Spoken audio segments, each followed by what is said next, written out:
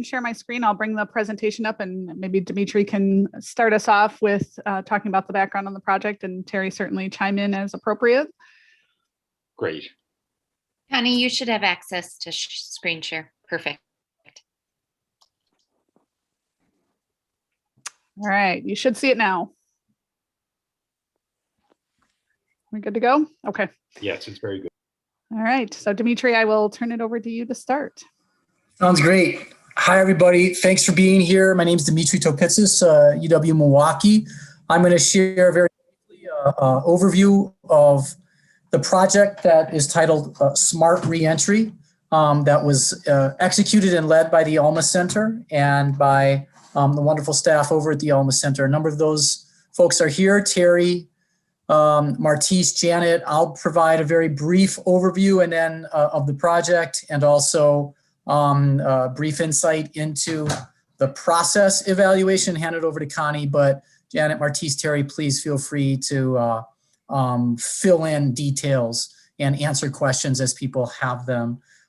So very briefly, what is the Smart Reentry project? It was essentially a comprehensive reentry services that provided both pre and post-release supports for men who were from the city of Milwaukee but were incarcerated at the time the program began, and they were essentially scheduled to return to Milwaukee neighborhoods within approximately about a year of the time that the program began in 2018, I believe. There are a number of different services that were provided both pre and post-release.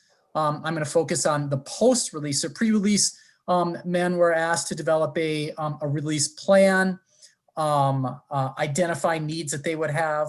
Post-release, even identify services that they were receiving pre-release and that what they could potentially expand on pre-release. Unfortunately, there were not a lot of men engaged in pre-release services while incarcerated, which highlights a problem that I think you all are probably much more aware of than I. In any case, post-release services that were offered, and I'm not going to include all of them again, Terry, Martise, Janet can fill in the details, but post-release services that were offered by peer guides and family support specialists at the Alma Center included the following: referral to health-related services, including behavioral and mental health services, housing supportive services, educational training and employment supports, along with family supports. The reason that I highlight these issues is because these point to a number of the predictors of recidivism. And so the program was quote unquote evidence informed in that it addressed a number of factors that contribute to recidivism. To reiterate, the services were delivered by peer guides, men referred to as the Alma brothers, who went through relatively rigorous training, motivational interviewing training, trauma-informed care training, who themselves had experiences with the criminal justice system, and were in places of mentorship, if you will. They had gone through a lot of quote unquote recovery, well-being, et cetera, or realizing levels of well-being that they could then reach back and support reentry and community integration amongst men who were returning to Milwaukee. Family support services were also provided by Janet and a colleague of hers, which was represented a relatively unique but enlightened component of reentry services, whereby families are engaged in services in concert or in parallel to their family members' return to the community. And again, one of the reasons is that we know that disengagement from family relationships can predict or contribute to recidivism. All services were delivered through the Alma Center, a community-based human service agency that's been involved in DV-related services and reentry-related services for a long time. They're a pioneering organization that has integrated trauma-informed services within male-centric criminal justice programs, and they are frankly kind of a pioneer, not just locally, regionally, but even nationally in this area. And they also characterize their services as healing centered. In other words, they're not just focused on what's going wrong in people's lives, but also opening up a path to healing, recovery, and resilience. And we now know, based on a lot of good clinical and human service and good on empirical research, that healing is more than available. It's very likely if people engage in certain processes. Briefly, funding was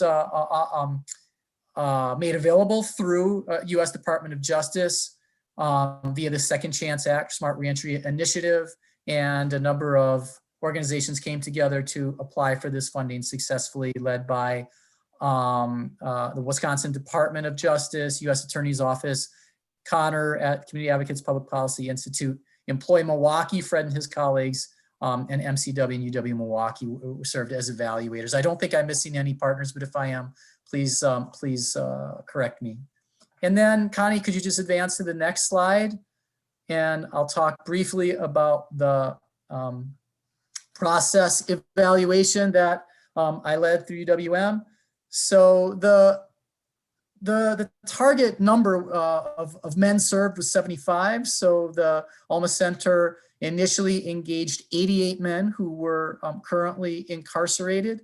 7 of those men dropped out pretty early based on various obstacles that they were facing, but 81 completed a pre-release plan and 71 engaged in pre-release services. Unfortunately, 3 men were lost, and Connie could potentially talk more about those. 3 men were lost between completing pre-release services and then being actually released. And so 68 men engaged in post-release services. And one of the questions we like to ask in a process evaluation is how many men actually received or completed services. And the majority of the men completed some real critical components of the post-release services delivered by the Alma Center. This included a welcome home ceremony. I suspect many of you are familiar with the welcome home ceremony. It was a unique event that the Alma Center offered regularly, I think, throughout the course, regularly, I know, throughout the course of the project. And men returning to Milwaukee communities from prison would attend these events. They would be, the men would be showcased, welcomed home, welcomed back to the community by community leaders. Essentially, we were told by men who we interviewed that they found those who attended found these events to be motivating. It helped them to sort of commit to their own successful reintegration into the community. The majority of men also received post-release employment services, housing services, peer monitoring by their peer guides. Over 75% met with their peer guides. And again, the guides provided direct mentoring services, advocacy services, and referral services. And also the majority of the men had family members who met with family support specialists. We interviewed a number of men who had completed the program, 7, over 10% we interviewed. And the dominant themes were the following. They just really appreciated the work they really appreciated the tone or the approach with which Alma Center staff engaged them with. They found that it was very, very client-centric, very humanistic in nature, and they really appreciated being treated so kindly, particularly after coming right out of a criminal justice facility. As I mentioned earlier, the peer guides and their mentoring services help them remain motivated to commit to their own recovery and successful reentry. And they reiterated the point that the peer guides help kind of connect them with outside services, broker connections, referrals, if you will, to outside services.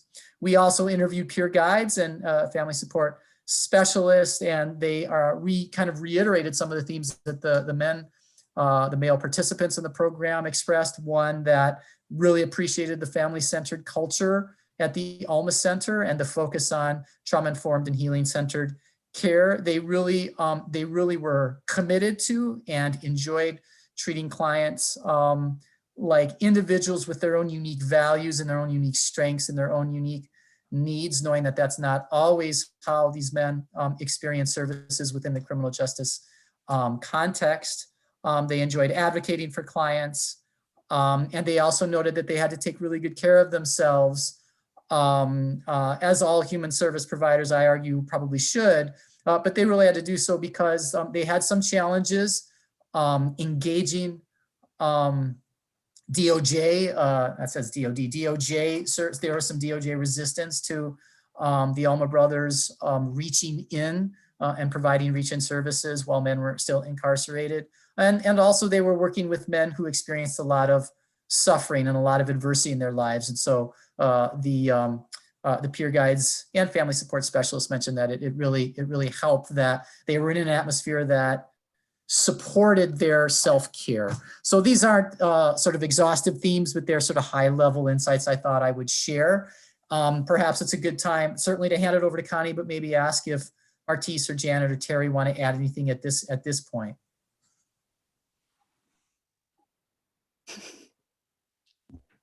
You do your thing, Dimitri. I trust you.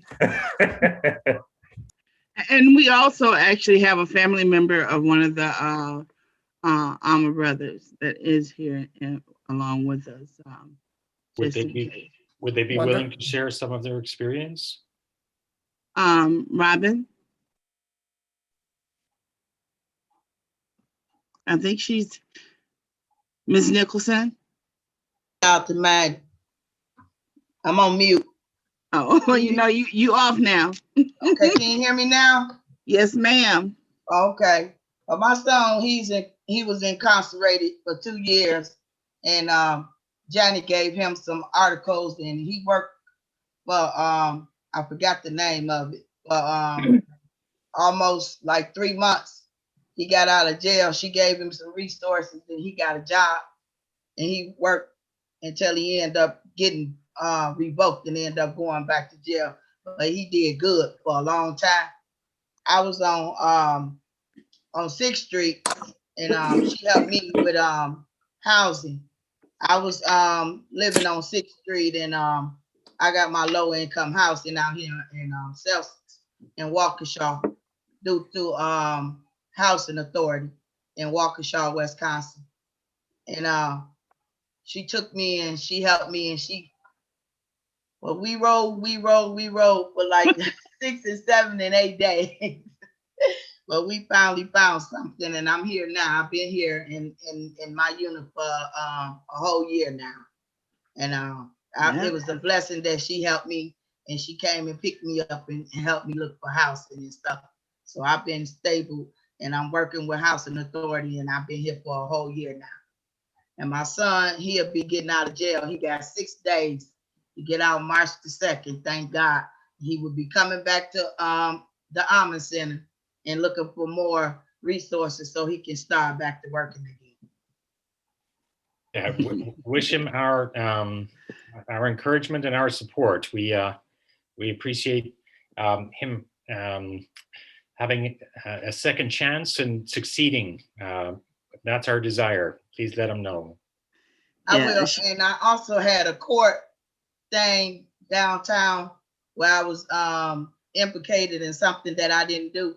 And she took me to court on all bases and worked with the courts with me. And I'm still going through what I'm going through, but I thank God that she helped me and work with the courts on me. And she did a good job with that too. Thank you, Janice. No problem. And the thing of it is we were talking, I was looking at the welcome home, and I almost forgot about the welcome home, because it's like when, we take little things for granted, and the welcome home was just, when I think about it, and I was like, oh my God, that was just so empowering to me, because I was watching all the testimonies, and I remember Robin was like, girl, when y'all gonna have another one of those welcome home?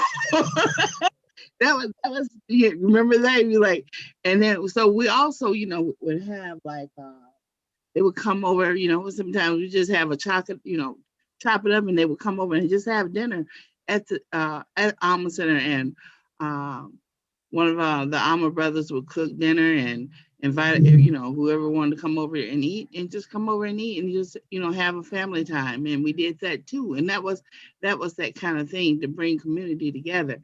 And, that helps with the healing, and making people, individuals feel needed and show what family was supposed, that family support and what it's supposed to be all about. And, that right there in itself is what's great. And yeah, me and Robin, we put some miles on a car. I promise you, we put some miles on my car. But it was enlightening. And then the other problem, the other good thing about it is that you don't never, our relationship is no longer estranged. We are a community. So we still will be, community, and it's family. So that's where we at. Yeah. Thank you, Janet. Mhm. Thank you, Robin. And Connie now from the Medical College of Wisconsin will share the overview evaluation. So I appreciate that. Mhm. Oh, thank you so much for the opportunity to be here. I'm Connie Kostelak with the Medical College, as Connor indicated, and I helped to put together the outcome evaluation piece. So Dimitri walked you through the process evaluation, and I'm just going to talk a little bit about the outcome evaluation results. So you have the overall framework from what Dimitri covered. We started with 88 initial participants in terms of tracking the outcomes related to the participation in the program. We did find that we had to remove some individuals from the final analysis, partially because the original intent was to not have participants that had prior sex offenses, partially because they have a higher and different expectations in terms of supervision level that would make it a little bit more difficult for progress through the program, as well as for comparison's sake. So when we got to the number of participants, as Dimitri indicated, there were also a few participants that, unfortunately, even though they completed some of the pre-release programming, we had some that were never released from custody during the initial period. So the period that we were looking at were individuals that were scheduled to be released between January and April of 2019. And so we ended up with a total of 68 participants in the final outcome analysis. So I'm just going to run through these results a little bit so you can see how the particular individuals that were participating in the program, how their outcomes compared to what we would call the comparison group. In this case, individuals who did not go through the same programming, both pre and post release, as those that participated in the Alma Brothers program. So the comparison group, the original design of the program was actually to have a comparison group during the same time period. But once the selection was actually made of who was going to participate in the program, there wasn't actually a sufficient number of individuals to still have a comparison within that same January through April of 2019. So we went back to the year prior and pulled individuals who were released that had similar characteristics, medium to high supervision level, again, excluding individuals who had the criteria of prior sex offenses, and actually a little bit expanded criteria to make sure that there was hopefully some consistency between those two groups. And then a focus on individuals that were being released back into the zip codes that corresponded to essentially where the intervention group, or the individuals that received the Alma Brothers programming, where they were drawn from for the original project itself. So we ended up with a total of 70 individuals in the comparison group, and many thanks to DOC and to some of the other partner agencies for providing the information to be able to do this type of comparison, so that we could see from an outcome standpoint how the groups differed in results after release from incarceration. So I won't spend a lot of time on this, but I just want to draw your attention to the fact that we looked at this from multiple perspectives. So we were looking at whether there was an indication of rearrest or at the law enforcement level, or new charges coming through the court system, or new admissions to the Department of Corrections, as really three different ways to look at outcomes for those that were in the intervention group, and then those that were part of the comparison group, to see if we see a difference between those two groups from an outcome standpoint. This just gives you a picture of the demographics of both the intervention and the comparison group. So you can see that we had 68 total in the final analysis for those that were in the Alma Brothers program, and then 70 in the comparison group. Relatively speaking, we had generally the same demographic characteristics with men between the ages of 19 and 32. The majority of the participants were Black or African American, although there was a higher percentage that were listed as Hispanic for the intervention group compared to the comparison group. And then when we look at the supervision level, all of the participants, when they were originally identified for the Alma Brothers program, they were all listed as medium or high supervision level coming out of DOC custody. But then what actually happens is often the supervision level is reassessed closer to the time of release. And we actually did see a change in the individuals who were part of the intervention group, that a number of them, by the time they were released, actually had reduced their supervision level prior to release. So that's actually a question I think we'd like to explore further to understand if that was maybe partially some of what was happening as the reach-in was occurring during the programming, or what else was occurring that individuals had a lower supervision level by the time they came out of DOC custody and into the Alma Brothers program post-release. So when we looked at the recidivism at arrest and then at charge, what we found is that there was a significant difference between the intervention and the control group, or the comparison group, as we would have anticipated if the program was working. So we essentially have a lower percent. If you look at the top table, we had about 29% of those in the intervention group that were rearrested in the 12 months after their initial release, compared to 44% in the comparison group. So those that were in the intervention group were less likely to have been arrested within the 12-month period following release than what we saw in those that did not have the programming as part of the project.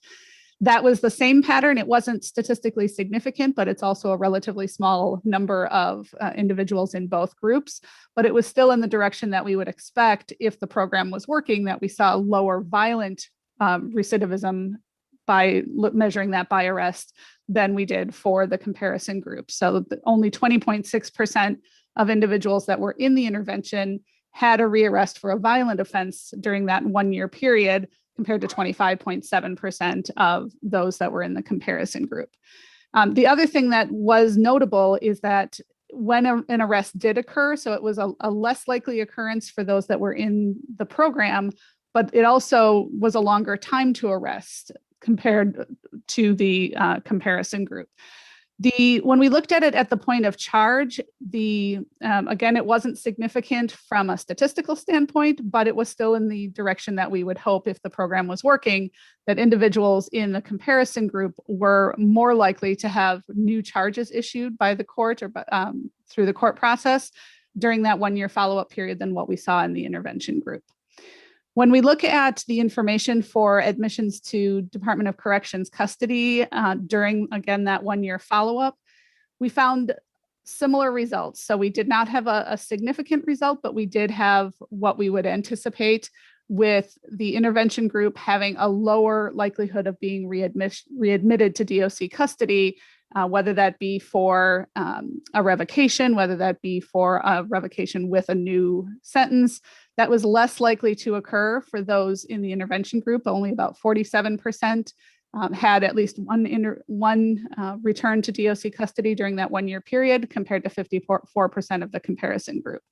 So even though some of these didn't actually reach statistical significance, from looking at the overall trend within what we're seeing across these different data sources, it's very encouraging. We're seeing what we would hope to see based on the participation in the program, that individuals were less likely to be rearrested, to have new charges, or to return to DOC custody than those that did not participate in the program. So considering that the same pattern that we see occurs from time to admission for the treatment and the control group as well. So if you look at the very far right bar, you'll see that the treatment group, it took longer not only for a new arrest to occur, if it did, but it also took longer for a return to DOC custody. So we are seeing definitely positive patterns and trends in the outcome data for those that participated in the programming. So just a couple discussion points. This as Dimitri indicated earlier, there was really a high enrollment in our targeted group for participation in the program, which I think is notable in and of itself. And considering that this program was really focused on individuals with medium or high supervision level, higher risk of potential recidivism, and not everything was significant from a statistical standpoint, but it's encouraging given the focus of the program being on those with high risk of reoffending, and those that did participate tended to have lower likelihood of rearrest, of recharge, and of return to DOC custody. There's certainly some additional analysis and work that we would like to do with this, but it's part of what's challenging is we ended up doing just a 12-month follow-up period because we ran into COVID. And so many things changed during that COVID time period that it becomes challenging to even do some of the data comparison over a longer period.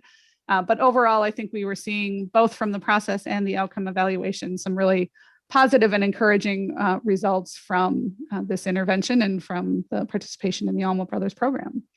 So I will stop there and entertain questions as well. Thank you, Connie. Any questions for Connie? I just think they did a good job with working with the inmates, housing, everything that they put out. I think they did a good job. Thank you, Ms. Lee.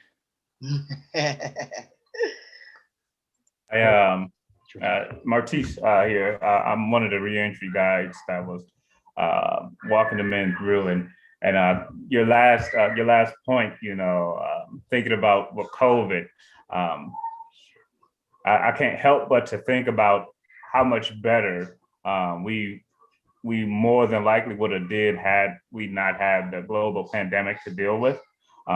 Looking at all of this information and how, the places that are statistically significant showing up, but even the place that you can't really see, too much difference in the stats.